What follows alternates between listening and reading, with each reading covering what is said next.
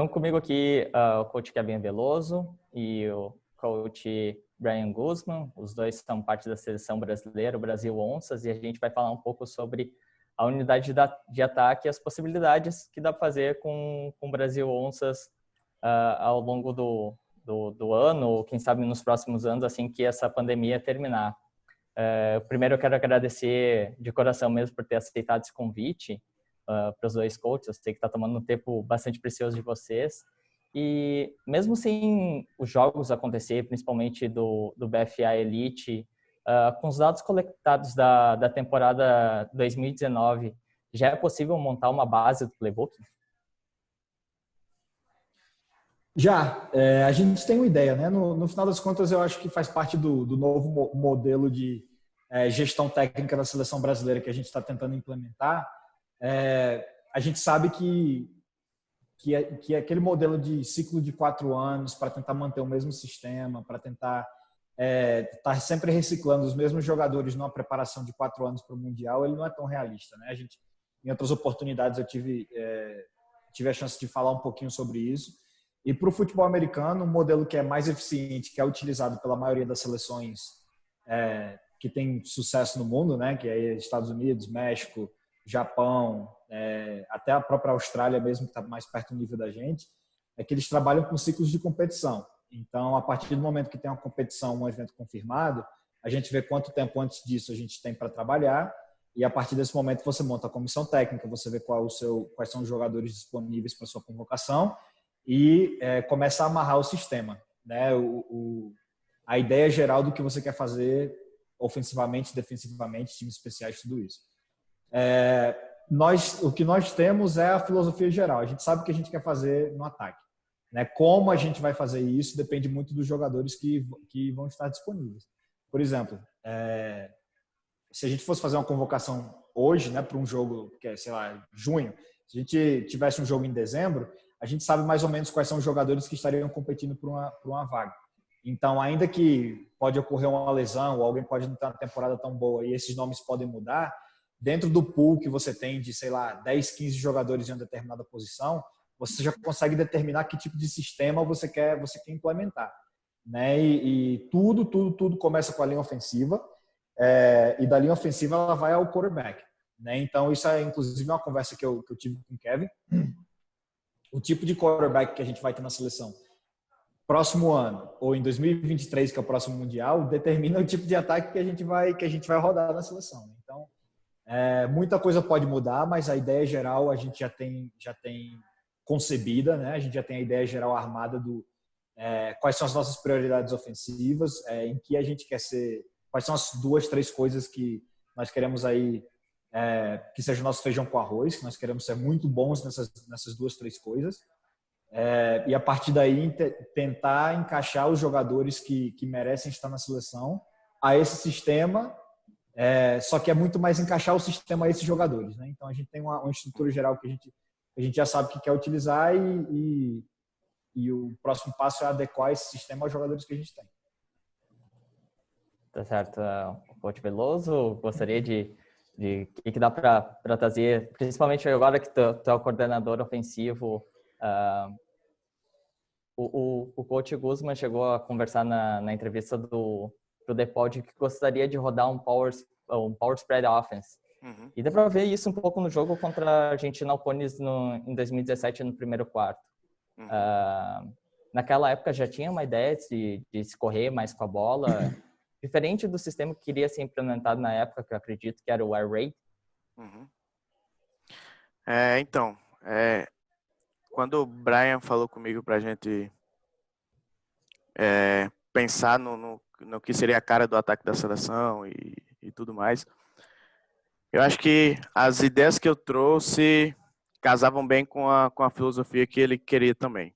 A gente fez alguns ajustes e tal, mas em geral era isso, era correr bem a bola e espalhar o campo. Então a gente ia correr bem a bola primeira, segunda descida, espalhar o campo com formações mais espalhadas, com rotas curtas, rotas de porcentagem. Então, basicamente, a ideia que a gente tem para o ataque da seleção era essa. É um ataque que é físico, um ataque que ao mesmo tempo é rápido e que consegue espalhar o campo quando quer espalhar o campo. Entendi.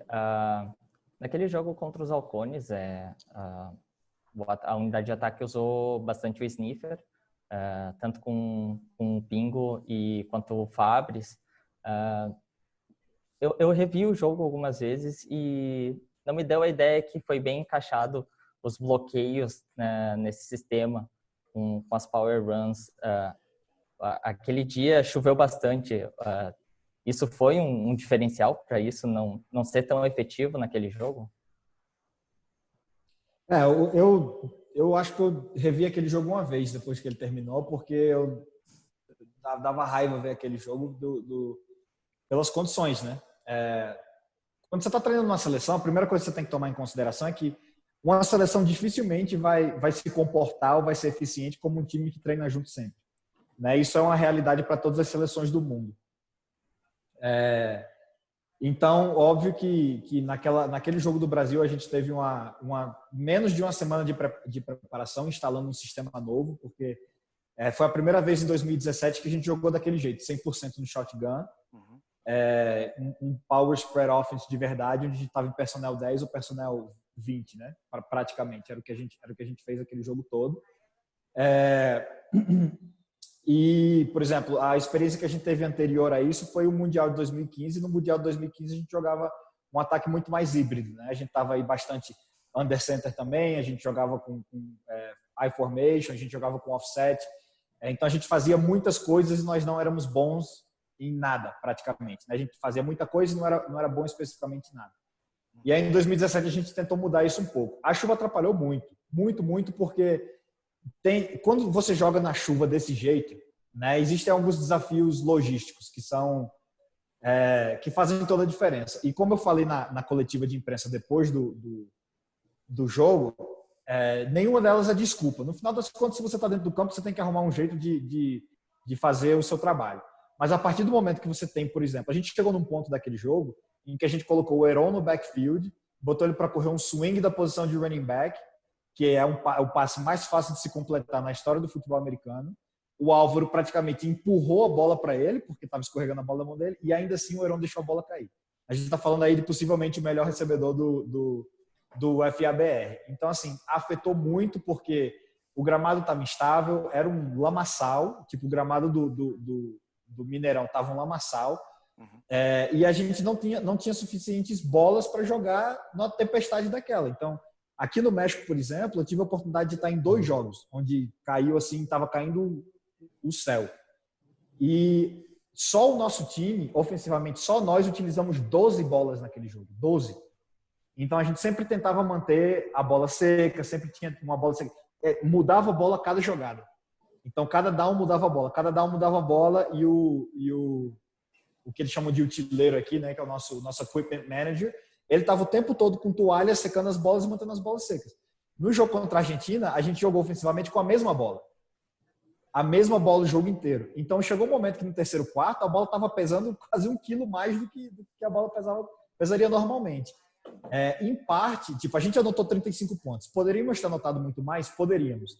Não anotamos mais, em parte porque eu fui teimoso de querer ver o jogo aéreo da seleção, né? Como a gente não sabia que outra oportunidade a gente teria para jogar, e por um lado estávamos corretos, porque 2 anos depois a gente não teve nenhum outro evento.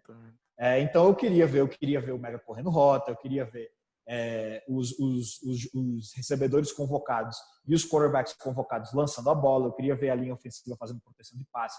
Queria colocar tudo isso em vídeo, então insisti de um certo modo, enquanto estava chovendo, no jogo aéreo, mas como experiência. A gente sabia que ia ganhar aquele jogo, né? Então, se a gente tivesse insistido em correr, porque não dava para lançar a bola, a gente passado dos 45 pontos e teria sido um placar mais parecido com o que a gente fez em Montevidéu, por exemplo, alguns anos antes disso, né? E para mim, assim, na minha avaliação final daquele jogo, essa foi a razão, né? Na época eu era o coordenador ofensivo da seleção, então, assim, se fosse um jogo competitivo em que a gente realmente tivesse com as costas contra a parede, sabendo que tinha que ganhar o jogo, a primeira vez que eu vi o Heron dropar um swing e o Mega dropar um hit, aí a gente já parava de lançar a bola, né? Eu lançava bem menos, era correr, encontrar modos diferentes de correr a bola. O Álvaro era um QB que pode correr a bola, então a gente tinha um pessoal aí para fazer isso, mas, enfim, é um jogo da seleção, era um jogo amistoso, tinha gente aí que tinha acabado de sair de uma final e estava jogando, então realmente foi a intenção de querer dar jogo para todo mundo. Sim, na tua entrevista para o Salão Oval, em um ambiente favorável, até como o Coach Veloso confirmou aqui, jogar os 2 primeiros down em personnel 11 e com um sniffer, né, no caso, em vez de um inline tight end. A gente está voltando a ser um pouco mais conservador para a ideia de manter a posse de bola e controlar o relógio? Ou a gente está com um problema assim para renovar a próxima geração de signal callers, já que o Dantas já tem 27 e o Álvaro Fadini já tem mais de 30? Se quiser pode mandar bala nessa aí, Kevin. Então, a gente pensou sobre isso e primeiro o que a gente setou como a base, né? Seria o jogo corrido. A gente iria olhar o jogo corrido, focar no jogo corrido e decidir que isso era a base do nosso ataque. Então, a partir disso, a gente viu que o jogo corrido com 10 personnel em primeira e segunda descida é potencializado ou dá para fazer de uma forma muito eficaz quando a gente tem um running quarterback, né? Quando a gente tem um quarterback que participa do jogo corrido efetivamente. Não que a gente não vá ter, né? A gente não sabe se vai ter daqui para lá, mas a princípio a gente quer ter o melhor quarterback disponível e aí esse cara pode não ser um cara que corra e ter o personnel que a gente fala basicamente que é 2 backs, né? Que é aquele sniffer lá e o running back. Ter esse personnel facilita o nosso jogo corrido, ou seja, viabiliza o nosso jogo corrido de uma forma que a gente possa colocar mais coisas, tá? Então, tipo, a gente correr power com 6 bloqueadores, correr zona com um bloqueador no backside gap C. Então, assim, usar o sniffer pra gente é uma forma da gente ser eficaz no jogo corrido, ou poder ter muita coisa no jogo corrido, coisa eficiente no jogo corrido, quando o nosso quarterback não é eficaz no jogo corrido, entendeu? Assim, não ter o running quarterback, a gente precisa ter 2 pessoas 2 backs, não uma pessoa bloqueando a mais. Então, basicamente é o que a gente decidiu. Por isso que a gente vai usar mais o tight end com running back. E filosoficamente, quando você está jogando qualquer variação, qualquer tipo de spread offense, no final das contas, o objetivo do spread offense é equalizar números, né? É igualar números na caixa, que a gente diz, igualar números dentro do box. Então, como o Kevin mencionou, se a gente vai jogar... Eu adoro o personnel 10, o Kevin também, ele é coordenador ofensivo dos Spectros, e você vê que os Spectros jogam puro personnel 10. Né? Então, personnel 10, quando você tem a quantidade de recebedores com talento, como a gente tem no Brasil, sim, sempre vai ser um personnel eficiente para a gente. Sempre vai dar resultados efetivos. O problema de ter um jogo corrido consistente, como o Kevin mencionou, em primeiro e segundo down. Quando eu falo primeiro e segundo down, não estou falando que a gente vai obrigatoriamente correr em primeiro e segundo down. É uma categoria de situational offense que a gente chama de mix downs. Né? Então, são os early downs. Que você está jogando o seu ataque inteiro e você não está forçado por nenhuma situação, como terceira descida, red zone, terceira e curta, etc. Então, para você ser eficiente nesses mix downs, você não vai conseguir equalizar o número consistentemente para o jogo corrido em personnel 10, porque você só tem 5 bloqueadores. Se você tem o running quarterback, você acrescenta um número. Né? Então, aí você está falando com 7 jogadores em personnel 10 que conseguem correr efetivamente. Que conseguem participar efetivamente do jogo corrido. Então, isso permite que você possa estar em personnel 10 o tempo todo, mudar o jogador defensivo que você está lendo no zone reads, correr GT counters, correr diferentes conceitos, porque você sabe que o seu quarterback é uma ameaça real. Como o quarterback sempre vai ser uma incógnita na convocação, né, pode ser que chegue um ano em que o melhor quarterback disponível no Brasil, que merece ser o titular da seleção brasileira, não seja um quarterback que corre a bola efetivamente. Então, nós não estaríamos fazendo o nosso trabalho como treinadores, tentando pegar esse cara e forçar ele a fazer algo em que ele não é bom. Né? Então, isso seria um problema e algo que a gente quer evitar. Certo? Então, o fato de jogar com o sniffer como nosso ataque base nos permite ter a flexibilidade de equalizar os números dentro do box, porque você tem um bloqueador extra aí. Então, a partir desse momento, se eles vão defender a corrida com 6 homens na caixa, com 6 homens no box, a gente tem gente suficiente para poder correr a bola sem que o quarterback tenha que ler um defensivo, né? Sem que o quarterback tenha que correr com a bola. Isso permite que a gente consiga jogar o nosso jogo de RPOs, que é algo que eu acredito muito, que o Kevin acredita muito, permitindo que o quarterback esteja protegido de gap C a gap C. Então, a gente pode colocar RPOs de rotas, combinação de rota, em que o quarterback tem aí 2 a 3 segundos para lançar a bola, porque ele está protegido de gap C a gap C. Em personnel 10, você não consegue lançar um RPO protegendo o quarterback de gap C a gap C. Então, você sempre vai estar deixando alguém desbloqueado. Se você está correndo zona em personnel 10 e lançando RPOs. Então, isso já abre outra dimensão do nosso ataque também em mix downs. E corrige o problema do running quarterback. Né? Então, qual é a resposta defensiva para isso? A resposta defensiva para isso é equalizar os números do lado deles. Então, seria baixar um 7º jogador ao box. Se você vai baixar um 7º jogador ao box, você está criando um outro problema para você. Ou você está removendo o apex defender que está jogando em cima do seu slot receiver, ou você está baixando um deep safety e saindo do look de 2 safeties altos para um safety alto.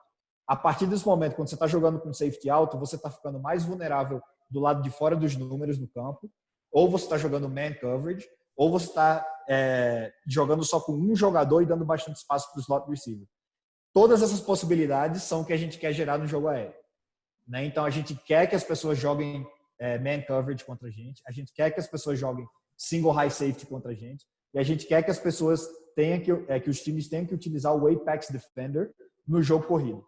Porque esse é o momento que a gente consegue colocar os recebedores que a gente tem em espaço com a bola nas mãos contra um defensor. Né? Então, quando a gente fala em construir o ataque a partir do jogo corrido, é porque esses são os efeitos que a gente está tentando gerar.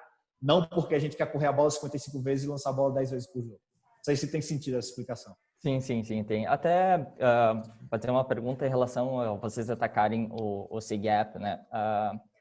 Muda um pouquinho o perfil dos convocados que vão ser os slots, por exemplo, ou os wideouts, vai ter um pouco mais o perfil de ser bloqueador em vez de fazer rota e pegar a bola? Pode deixa eu responder essa aí.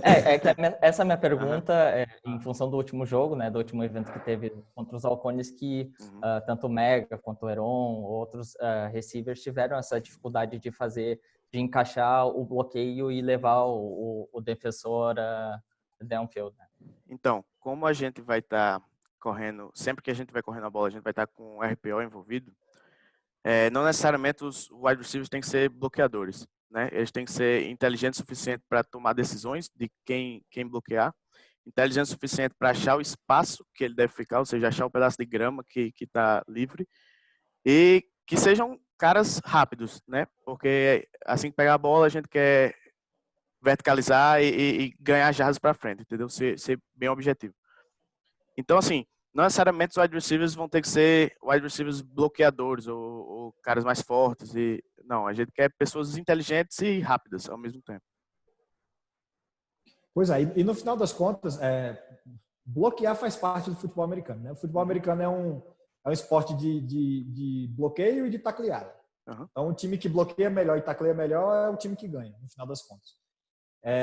Para um recebedor chegar na seleção brasileira, ele tem que ser um bom recebedor. Né? Então, ele é um cara que é um excelente bloqueador e que tem 2 touchdowns na temporada, ele não vai jogar pela seleção brasileira. Né? Então, o que vai fazer com que um cara seja convocado é ser um excelente bloqueador para o time dele. O que vai desempatar, porque nós temos excelentes recebedores no Brasil inteiro.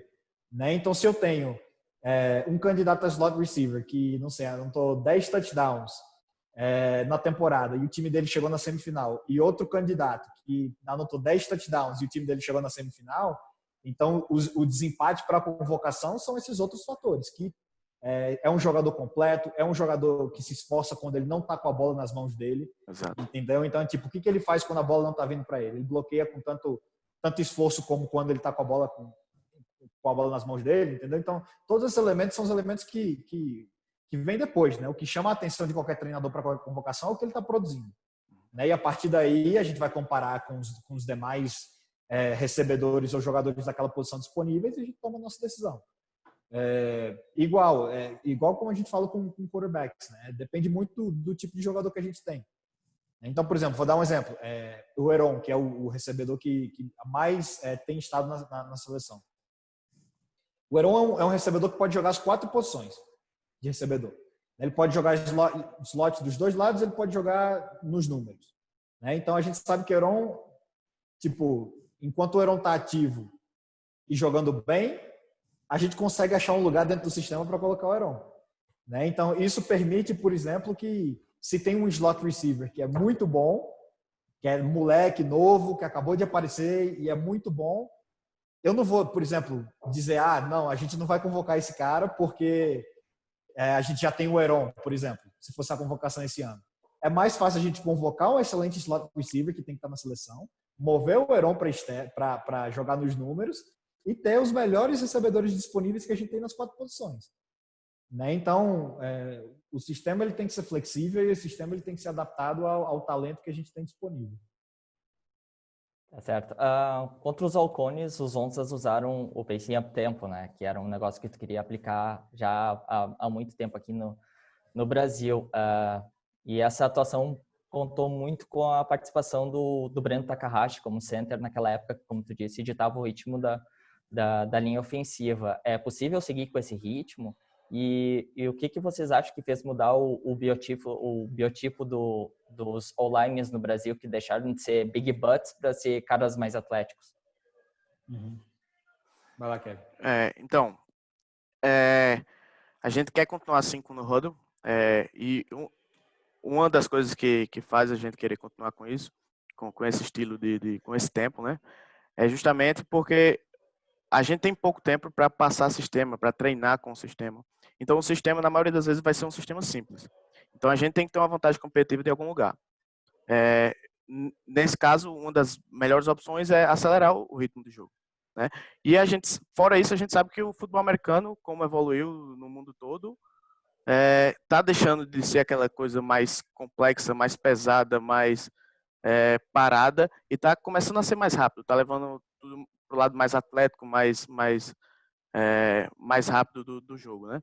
Então é justamente o que a gente quer fazer. A gente quer jogar o futebol americano físico e rápido, então casa bem com o que a gente quer ser. A gente quer ser uma seleção atlética, então o No Huddle vem junto, vem com isso. E então, futuramente para a seleção é o que a gente espera, que seja o No Huddle, que a gente esteja com o tempo acelerado, então um snap a cada 20 segundos, e que os jogadores de linha ofensiva têm que acompanhar esse ritmo. Eles têm que estar lá, têm que ser capazes de acompanhar um drive todo em ritmo de um snap a cada 20 segundos. Então, para isso, eles têm que ser atléticos. Então, isso vai mudando, sim, digamos, o formato dos jogadores de linha ofensiva que vão chegar na seleção, né? E eu acho que isso já tem mudado. Então, se você vê de 2015 para cá, depois do Mundial, os OLs que têm ido para a seleção brasileira, eles realmente têm deixado de ser aqueles hog moles exclusivos e realmente têm sido jogadores bastante atléticos, né? Eu acho que se você ver, por exemplo, o próprio Taylor, que talvez tenha sido o OL mais consistente na seleção brasileira, o Taylor sempre foi assim, fisicamente superior à maioria dos OLs, né? Ele sempre foi ágil, sempre se deslocava, sempre se movia muito bem. Só que depois do Mundial, na minha opinião, o Taylor passou a ser um jogador muito mais dinâmico do que ele era antes, né? Porque no final das contas é uma tendência que acaba sendo adotada do futebol americano, e não porque a gente fez isso em 2017, mas porque essa é a tendência do futebol americano no mundo todo, né? A tendência é que os times joguem em shotgun, que os times joguem no huddle, que os times joguem em spread offense. Então, se você está jogando spread offense, você está pedindo para a linha ofensiva bloquear uma caixa de 5 ou 6 caras. Você está pedindo para a linha ofensiva bloquear praticamente sempre zona. Então, se você está jogando shotgun, até para a linha ofensiva bloquear um screen, você está pedindo para esses caras correrem do meio do campo até os números. Muitas vezes. Né? Então, você está falando de climb, você está falando de outside zone, você está falando de bloquear em espaço. Então, naturalmente, isso te permite utilizar OLs mais fit. Aí, né, OLs mais dinâmicos e eu acho que no Brasil é isso que a gente está vendo. O Otávio Amorim, por exemplo, que teve a oportunidade de participar do NFL Discovery, ele é um OL extremamente dinâmico e ele não deixa de ser grande por causa disso. né? Então, eu acho que a gente deixou, culturalmente, no FABR, a gente já começou a dar aquele passo em que as pessoas entendem que o OL não pode ser só aquele cara grande e gordo, né? Se você quer ser competitivo ao nível nacional, se você quer competir por títulos nacionais, você precisa de um OL que vai se mexer, né? Que vai conseguir se deslocar. E aí o Rex tem um OL assim, os Spectros tem um OL assim, o Galo tem um OL assim. Então, assim, você vai vendo isso nos times que estão aí nos últimos anos competindo pelo campeonato nacional, né? E esse é o tipo de OL que a gente quer buscar, né? Obviamente, os caras não podem ser pequenos. Se a gente está pensando a longo prazo, né, de disputar um mundial, a gente tem que tomar em consideração que pode ser que a gente caia no grupo da França outra vez. E a gente viu que a França, os defensive tackles da França eram jogadores que tinham tamanho de NFL, sabe? E a gente está falando aí de caras que de 1,90 m e 130, 140 quilos, atléticos, sabe? Então, assim, você não pode ter um cara pequeno, não importa quão rápido esse cara é. Mas eu acho que hoje no Brasil a gente já está bem melhor nessa situação do que a gente teve no passado. Falando em situações das equipes brasileiras, né, voltando um pouquinho para o personnel 11, né, eu queria entender o que vocês pensam, o que pode ser extraído de tendências e variações nesse personnel 11, já que a maioria dos programas brasileiros joga em 10. Eu acho que a definição de personnel 11, ela depende muito, porque a partir do momento que você vai encontrar dois tipos de times que utilizam esse sniffer, né? Os times que utilizam um tight end nessa posição de sniffer, e aí que é um tight end assim de ofício, um cara que pode jogar em line, que joga de sniffer, e nesse caso seria um personnel 11. E se esse jogador não está disponível, você pode ter um fullback ali atrás, chamar isso de personnel 20 e ser exatamente o mesmo personnel que o time que joga com sniffer de personnel 11. O que muda é o skill set do B-back, do blocking back, né? Up back, sniffer, como você queira chamar. Então, se é um tight end que está na convocação, se é realmente um cara que joga de tight end, na linha e que é um bom bloqueador e que pode contribuir no jogo aéreo, a gente, sem problema nenhum, pode convocar esse cara e ele vai jogar na posição de sniffer. Então, a gente vai convocar ele como nosso blocking back, né? Mas então, é aquela posição de tight end recuado. Isso não é difícil de fazer.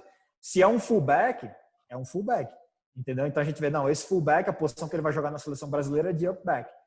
E a terceira opção, que provavelmente é a mais viável no Brasil, é convocar um big back, né? Um cara que é running back de ofício, realmente, no seu time, que tem o tamanho, que tem o porte físico para jogar de sniffer, que tem boas mãos para receber a bola quando necessário e que é um bom bloqueador.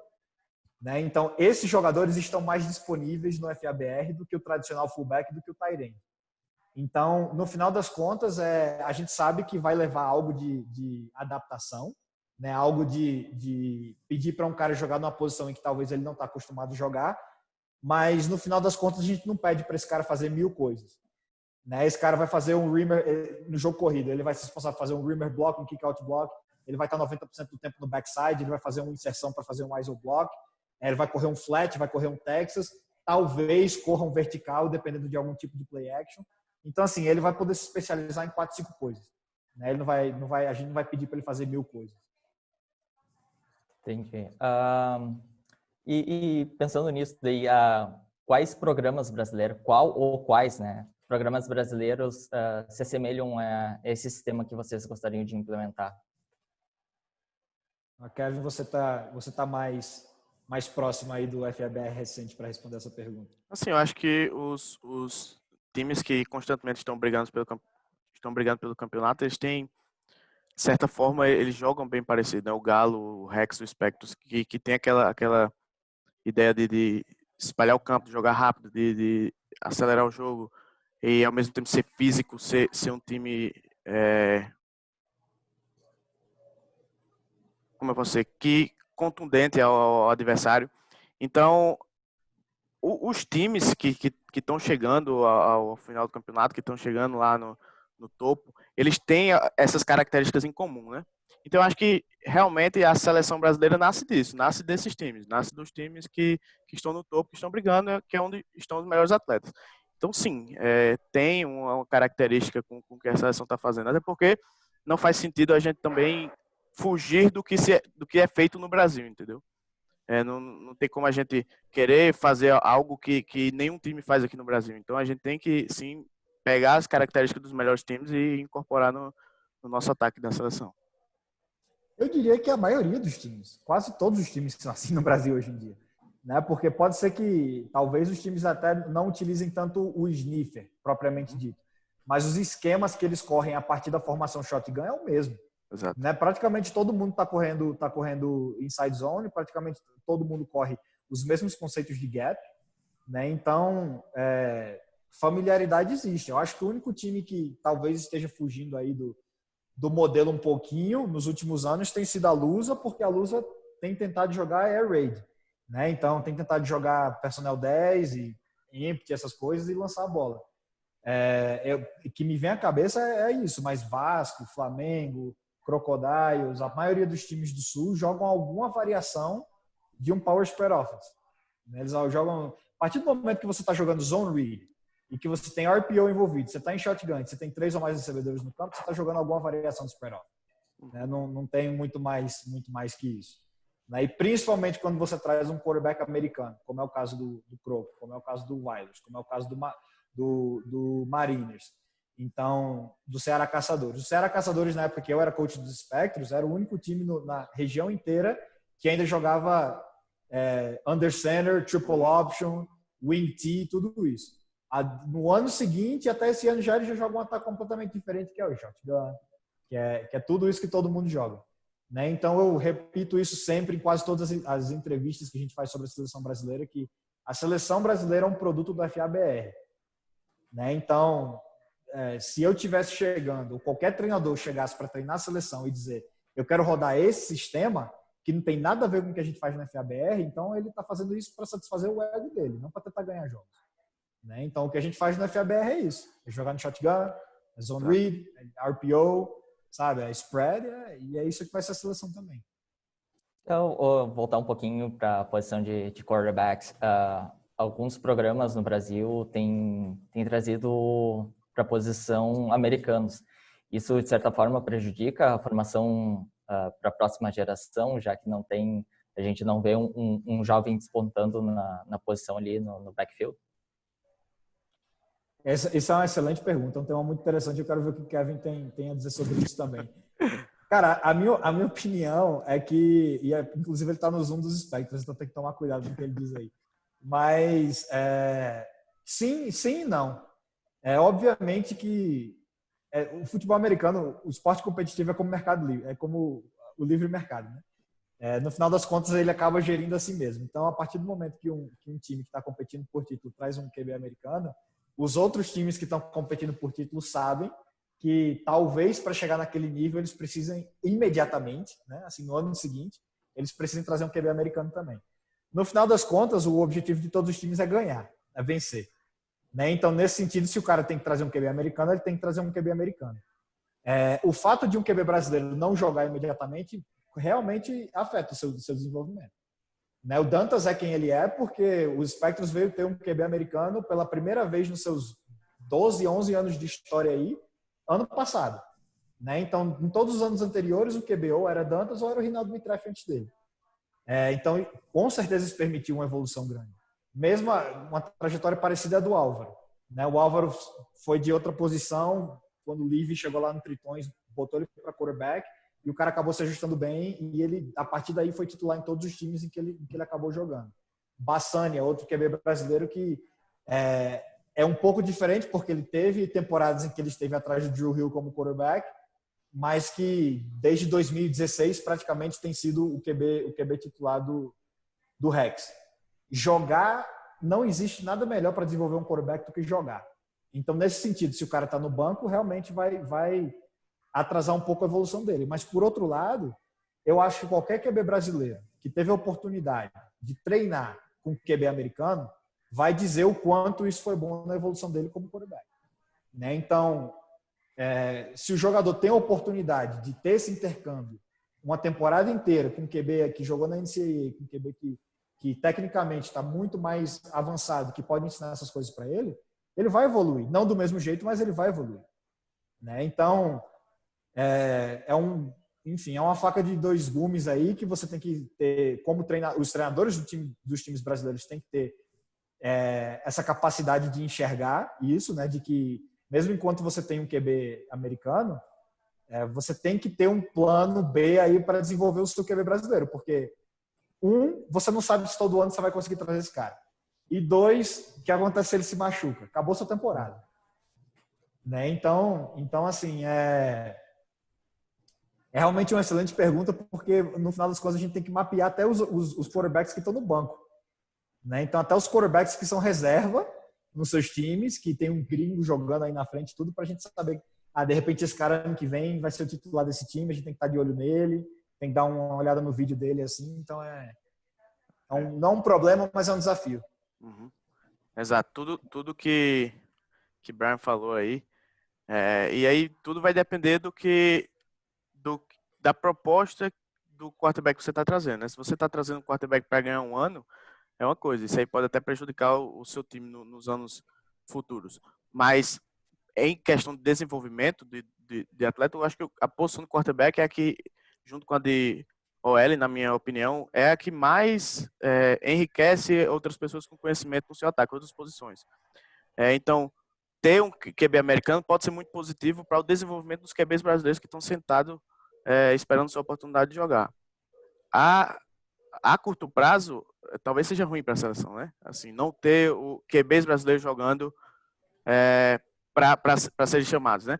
Mas a longo prazo, se for feito de maneira correta, o desenvolvimento dos atletas que estão aprendendo com esses quarterbacks, os treinadores que estão aprendendo com esses quarterbacks, porque eu mesmo aprendi muito com o Alex, vai ser algo excelente para a seleção no futuro. Então, como o Brian falou, existem os dois lados dessa moeda, né? E aí vai de cada time, vai de ver como fazer, né? Porque também não adianta você ter só o atleta por ter o atleta, para ele jogar ali e pronto, acabou. Qual é o legado que ele vai deixar no seu time? Essa é a grande questão. Tá certo. Deixa eu vou tentar colocar vocês contra a parede. Tem um QB no Brasil mapeado por vocês que seja até, digamos, 20, 22 anos? Tem alguém no mapa para ficar de olho? Se tem 20, 22 anos, eu não tenho a menor ideia. Mas a gente sabe muito bem quem são os QBs, os QBs prominentes aí no futebol americano do Brasil, e são QBs que todos os anos nós estamos assistindo esses QBs. Né? Então, só para mencionar os nomes mais recentes, por exemplo, né? A gente sabe do Dantas e do Álvaro, que na última temporada não jogaram. Né? Então, aí Bassani é um QB que, enquanto ele estiver jogando em alto nível, ele sempre vai ser considerado. Daniel Gazelli é outro QB que é muito jovem, QB do Vasco Almirantes, que eu já tem alguns anos, mas eu pude ver lançar pessoalmente e sei que tem potencial e tem produção também. Então, QB que, enquanto estiver jogando bem, sempre vai ser considerado. O Góes da Lusa também é um QB que, enquanto estiver jogando em alto nível, sempre vai ser considerado. Só aí a gente está falando de 3 caras que são relativamente jovens, que estão ativos, que estão produzindo, que são QBs brasileiros. O Romário, que está no banco lá contra o Rex, é um QB que desde muito tempo, desde tipo pré-mundial, é um cara que tem todo o potencial do mundo, todo o potencial do mundo, e que falta colocar em produção. Nas oportunidades que ele teve de jogar pelo Rex, jogou muito bem. Mas aí ele está numa situação lá em que, enquanto ele não for melhor do que o Bassani, ele vai estar no banco mesmo. Né? E o Rex vai continuar jogando o QB que eles acham que é o QB que vai dar a melhor chance para eles ganharem. Né? Mas, enfim, a gente está falando aí já de 5 caras. Né? Fora o Dantas e fora o Álvaro. Né? A gente vai convocar 2 quarterbacks para todos os jogos. Então, a gente sempre vai ter 2 quarterbacks na seleção brasileira. A gente cometeu o erro de levar 3 quarterbacks em 2015. E não é eficiente. Não é eficiente isso. Né? Então, no final das contas, a gente quer 2 quarterbacks e se a gente tem um pool todo ano. E esses nomes podem mudar. Certo? Então, pode ter um moleque que está chegando aí, que está jogando bem, que está aparecendo, sabe? Que está aí no banco, em algum time que... Enfim, eles vão aparecer. Se você é bom, você vai aparecer. Né? Se você é bom, a gente vai ter acesso ao seu vídeo e a gente vai te ver. Só que a gente está falando de um pool de 7 caras, 5 a 7 caras para 2 posições, a gente está muito bem. A gente está muito bem e a gente está em excelentes condições de tomar uma boa decisão. O problema é quando a gente quer convocar 2 quarterbacks e tem, sei lá, 2 quarterbacks no Brasil. Né? Porque aí, tipo, se um se machuca ou se um não tem uma boa temporada, você tem que forçar a barra. Né? E esse não é o caso. Eu acho que a gente sempre vai ter um pool aí de 5 a 7 jogadores que todo ano vão merecer ser considerados para a seleção brasileira. Legal, então. Vou encaminhar, então, para a última pergunta e é um pouco mais para descontrair, assim. Eu gostaria que ou cada um montasse o seu line-up, ou os dois pensando junto ao mesmo tempo com o personnel 11, já que a gente falou bastante do personnel 11, e pensando para o primeiro hike do jogo. Qual seria essa chamada para uma situação qualquer em posição de campo? O coordenador ofensivo vai primeiro. Acho melhor a gente fazer junto, bicho. Então, vamos começar pela linha, que é o mais importante, né? Para Vamos. rodar um ataque eficiente, tem que começar pela linha. Quem seriam os 5 OLs? Cara, olha, eu vou dizer logo o seguinte, eu acho melhor você fazer outra pergunta, porque você está praticamente pedindo uma convocação para 2019 que eu não vou fazer. Então, tipo, eu não vou chegar e vou dizer assim, não, esses são os 5 OLs, esses são os 2019, porque é praticamente a convocação, pô. Quem você teria no seu time, bom, seria o cara que eu convocaria, né? Então, não, realmente, essa aí eu vou ter que pular. Se você quiser pedir pro Kevin. Não, obrigado. Se você quiser pedir pro Kevin qual é a jogada que ele vai mandar, qual é não sei. Tipo, mas essa Então, aí realmente. Pode ser, então, evitar a convocação prematura. Por regimento interno da CBFA, eu não posso responder essa pergunta. Evitar machucar corações aí. Tá certo, então. Nesse personnel 11, qual seria no hike, no primeiro hike, qual seria a chamada? Não importando a posição do campo. Ia ser um power. A gente ia colocar o sniffer, running back, a gente saía de shotgun, running back na direita, dois wides na direita também, independente se a gente tá no meio ou na hash esquerda. A gente chamaria um power para a esquerda e a gente colocaria um bubble de relief na direita. Aproveitando então que está com headset, como seria num cenário real assim? Como chamaria essa jogada usando toda a terminologia possível? Se você quiser, pode mandar essa na terminologia que você tem, Kevin. Não precisa mandar da seleção não, porque a terminologia da seleção ela só vai ser construída no próximo, quando a gente vai mais perto de um próximo evento com a comissão técnica completa, né? Mas se você quiser, você manda essa jogada aí na sua terminologia e eu mando na minha aqui em Toluca. Ia ser King Right Power Left. E aí o RPO já estava implícito. Aqui, pra gente, o nosso relief está implícito também. Então aqui em Toluca, se a gente tivesse nessa formação, na hash esquerda do mesmo jeito, a gente estaria em Dog Left, Chevy 0. Não, Dog Left, Chevy 1. Seria o nosso play call aqui. A única coisa que eu mudaria na minha primeira seria que ao invés do relief, provavelmente eu taguearia o que a gente chama o nosso conceito de double slant de RPO. Né? Em primeiro down, porque nesse caso a gente não sabe como eles sairiam na primeira jogada do jogo. Então, provavelmente, para a gente seria um dog left, Chevy 1, Boise. E aí é o nosso conceito de double slant. E o quarterback tem essa opção aí de lançar a bola ou de correr o power. E se ele fizesse uma leitura pré-snap, chamasse kill, qual seria a segunda alternativa? Bom, aqui no meu ataque aqui, se um quarterback manda kill em uma jogada, porque eles estão jogando cover 0 e estão pedindo para a gente lançar a bola por cima deles, né? Por aí então, também aqui. Exatamente. Então, para a gente, se ele mandasse um kill, então provavelmente a gente mudaria para... A formação seria a mesma, mas ele mandaria um call de sobres, que para a gente é max protection.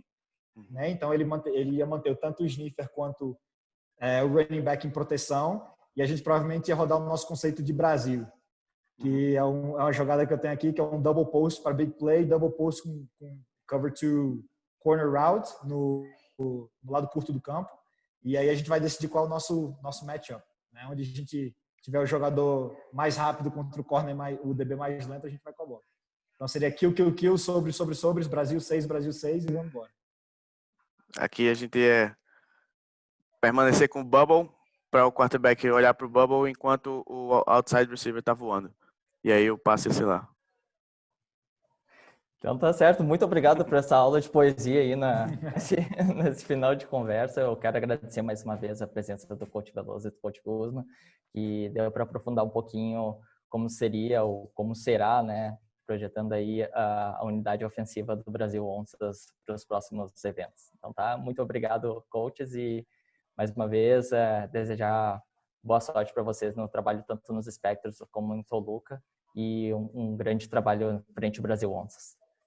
Valeu, Henrique. Valeu, Obrigado Henrique. aí pelo tempo, pela oportunidade, e esperamos, né, que a temporada aconteça, pelo menos aqui em Toluca. Eu vi que na FABR aí a comunidade já comunicou o cancelamento, né, permanente já da temporada 2020, que é triste, mas necessário. Uhum.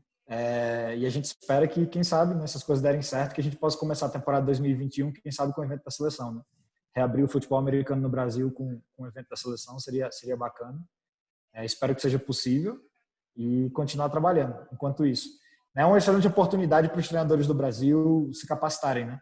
Agora, no segundo semestre, que não vai haver temporada, sempre repito isso, mas já quando termine a pandemia, que as viagens sejam um pouquinho mais fáceis de fazer, os treinadores brasileiros são mais que bem-vindos a vir aqui em Toluca visitar, se quiser passar uma semana de jogo, ver como a gente se prepara, participar das reuniões, participar dos treinos, são mais que bem-vindos. Então, fica aí o convite e o agradecimento aí pelo espaço. Valeu, Henrique, aí também por ter chamado aí para apresentar um pouco sobre as ideias que a gente tem aí para o ataque da seleção.